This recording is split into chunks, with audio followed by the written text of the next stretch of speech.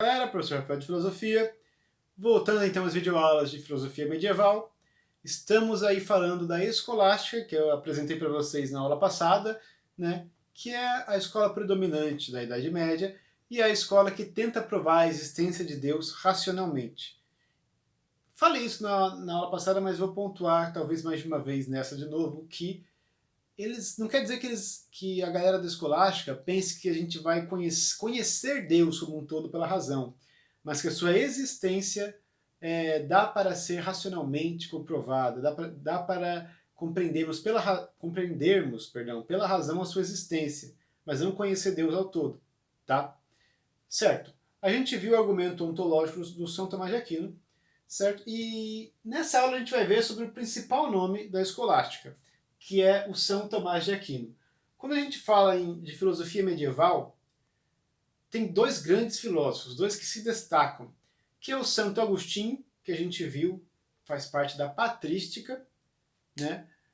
E o outro é o São Tomás de Aquino, da escolástica. Então, quando fala de filosofia medieval, surgem esses dois grandes nomes, tá? Na patrística, Santo Agostinho, na escolástica, São Tomás de Aquino.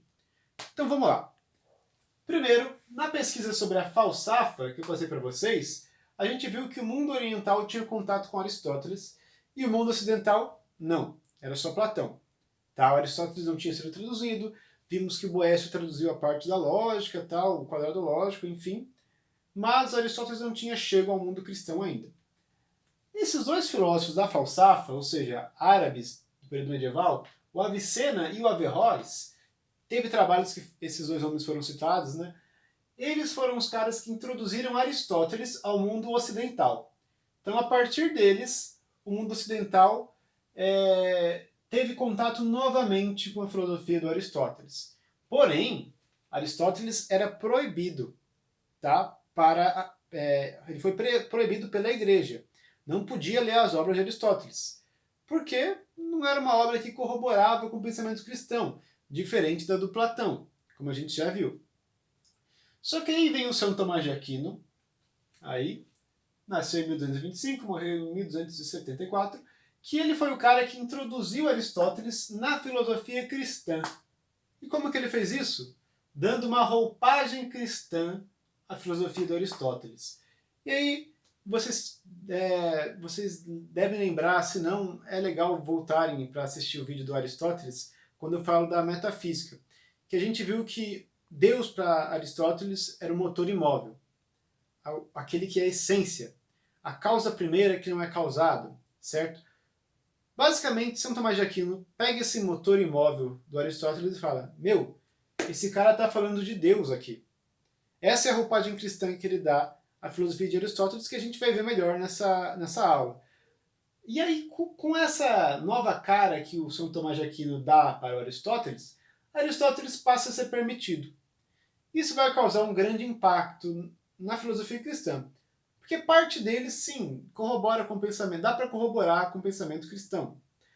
Mas tem parte que não. Né? Isso vai acabar causando uma ruptura mais para frente, como a gente vai ver. Beleza? Mas vamos lá então, vamos mergulhar no pensamento do São Tomás de Aquino. Primeiro, ontologia para o São Tomás de Aquino. Lembrando, ontologia é o estudo do ser, tá? Por isso o argumento ontológico que a gente viu do Santo Anselmo, né? Fala sobre o ser de Deus, né? Bom, para o São Tomás de Aquino, só Deus é ser. Aí lembrem da filosofia do Aristóteles sobre a essência e sobre o acidente, o que é necessário e o que é contingente. Ele vai partir dessa mesma base, né? Porque tudo que existe no mundo não é necessário para o mundo existir, né? Os humanos podem deixar de existir, o mundo continua aí, as plantas, outros animais, enfim, árvores, podem deixar de existir, mas o mundo continua. Ou seja, são coisas que não são essenciais para o mundo, não é essência, mas contingente, é acidente. E o São Tomás de Aquino ele vai partir disso e vai falar, meu, só Deus é essência, Deus é a essência, só Deus é ser. As criaturas têm existência e não é existente, ou seja, nós não possuímos ser, nós não somos a essência do mundo, a essência do mundo é Deus.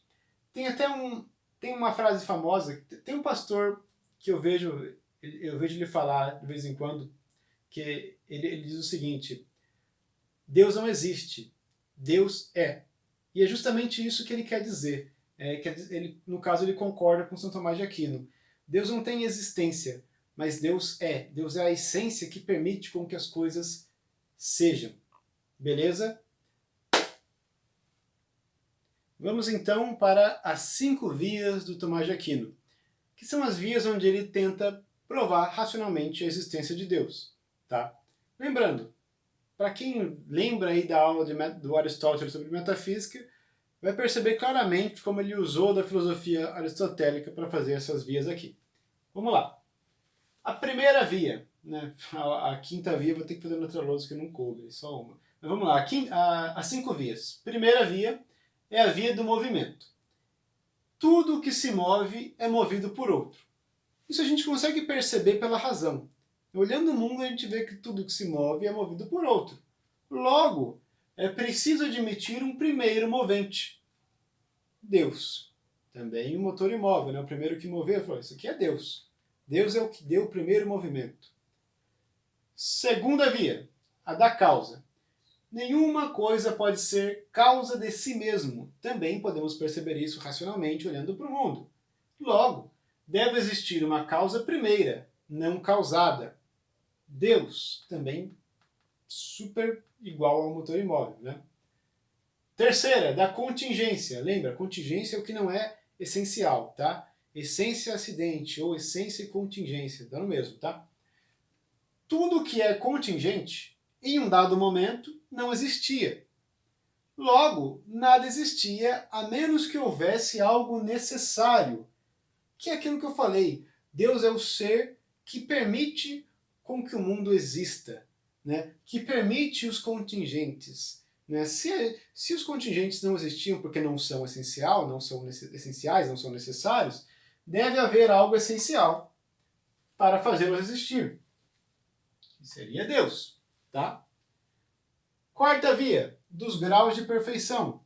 E aqui dá para ver que ele também bebe aí da fonte do Santo Anselmo, né? Do grau máximo de perfeição. Ele vai dizer, ó, comparações, se é bonito, se é mais bonito, se é melhor, enfim, comparações são constatadas a partir de um máximo grau. Como que eu sei que algo é melhor do que o outro? Significa que a gente tem a ideia de um máximo grau, e o melhor é porque mais se aproxima desse grau máximo que é Deus. Comparações a gente pode fazer também racionalmente, né? E, para o São Tomás de Aquino, isso também é uma prova da existência de Deus. Vamos para a quinta via. E a última via, a última das 5, né, a quinta via, é a via do finalismo. Ele falou, olhando para o mundo, a gente consegue perceber que os corpos físicos tendem para um fim. Tudo parece que tem uma finalidade, né? Ainda mais quando a gente pensa aí numa cadeia alimentar, né? Você vê que a cadeia alimentar tem todo um equilíbrio aí, né? Ou seja, parece que tudo tem a sua finalidade no mundo, né? Os gregos viam isso também a partir do Aristóteles, como a gente viu, né? Do cosmos que ordena tudo. E partindo dessa premissa, ele vai dizer, se tudo está ordenado para um fim, tudo tem um fim específico, logo são conduzidos por um ser inteligível, que seria Deus. E aqui a gente pode pegar o exemplo de um arco e flecha, né? Quando vemos uma flecha em movimento, uma flecha atingindo o seu fim, né, se movimentando para o seu fim, a flecha pressupõe um arqueiro. E esse arqueiro seria Deus. Tá? E não falo que Deus é um arqueiro, tá, gente? Só um exemplo. Então é isso aí. Vou passar aí algumas questões para vocês sobre a filosofia medieval. Essas questões vão ser algumas delas vão ser questões cobradas em vestibular, que eu peguei de vestibular, né? E algumas vai ser dissertativa, tá? Para vocês escreverem. E aí, nessas questões aí, eu vou cobrar também Santo Agostinho, tá? Vou cobrar algumas coisas que a gente já viu até aqui. Mas eu estou falando do Santo Agostinho porque eu vi que na aula dele teve pouco acesso. Então eu acredito que como na aula dele eu passei pesquisa da Falsafa, muitos já foram direto na pesquisa e não viram a aula. Então, para responder essas questões, vai ter que assistir a aula do Agostinho, beleza? Ele foi muito importante. Então é isso aí. Qualquer dúvida, mandei mensagem para mim. E é isso aí. Vou atender o telefone aqui. Valeu!